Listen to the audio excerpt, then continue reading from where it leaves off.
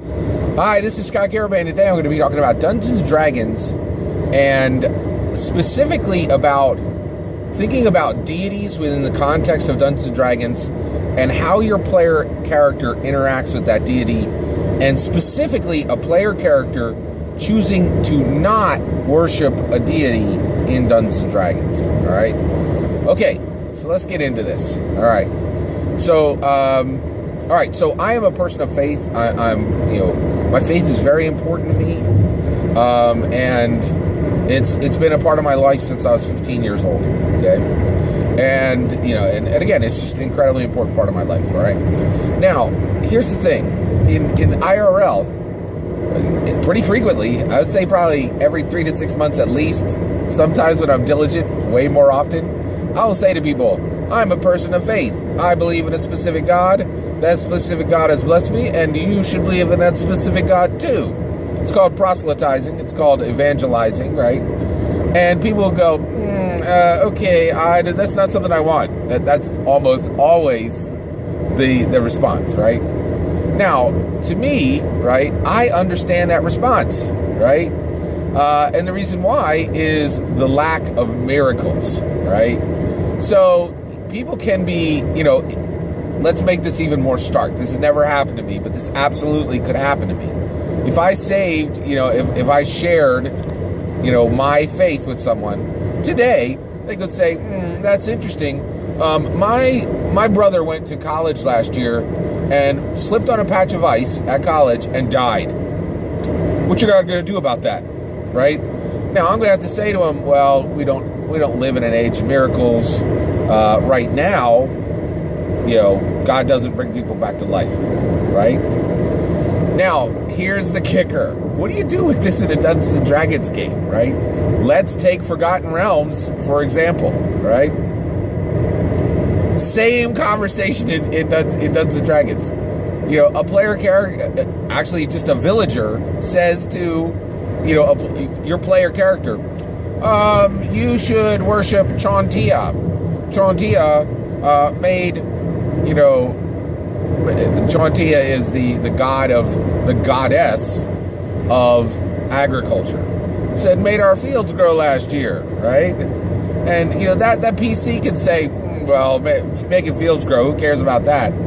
My buddy my buddy player character over here just died in this dungeon. He's here dead. What's your guy gonna do about that? Well, that villager can say, "Oh, well, there's a Chauntea cleric, two villages over. I'll help you carry him there on the stretcher." And if that cleric is in a mood to gain a convert that day, that cleric can resurrect that player character, right? How on earth are you going to say? So that's my point. That's the point of this whole video, right? There are lots and lots of skilled veteran dungeon masters, and there's always trying to make themselves better.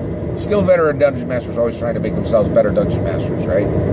Well, this is rare, but there are a few players who want to make themselves skilled veteran players. They want to be the very best player they can possibly be, right?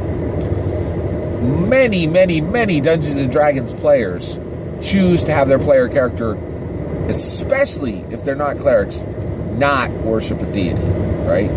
But what I'm saying is players are not thinking that through, right? Most players are choosing to not worship a deity in Dungeons & Dragons because they don't worship a deity in the real world, right? As a player, right?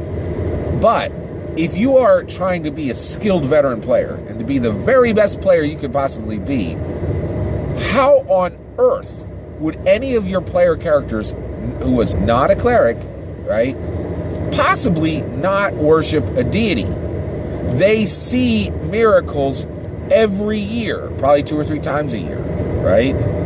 Like the gods are demonstrably real, incredibly demonstrably real in the Dungeons & Dragons, in many Dungeons & Dragons settings, right?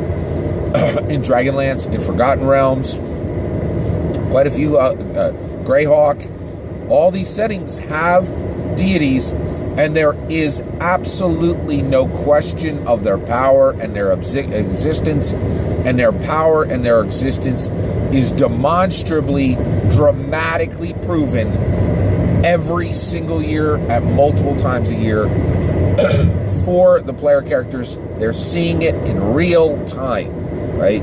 And the reason why I'm bringing this up is I think the vast majority of players never think about this, right? Excuse me. They never really think about the idea of their player character choosing to not worship a deity when they have seen the miracles firsthand. The only question, I think, would be which deity which deity you're going to worship, right? So every player has the right to have their player character not worship a deity, right? But you need to explain that, in my opinion. You need to think that through and put that in your little backstory on why they've seen multiple miracles. Maybe you have even seen the manifestation of a god, right?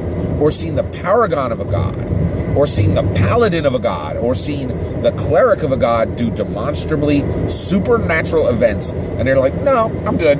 Like, that is absurd and ridiculous. So if you want to be a Dungeons & Dragons player, keep doing what you're doing. Nobody needs to worry about this. All my content is not for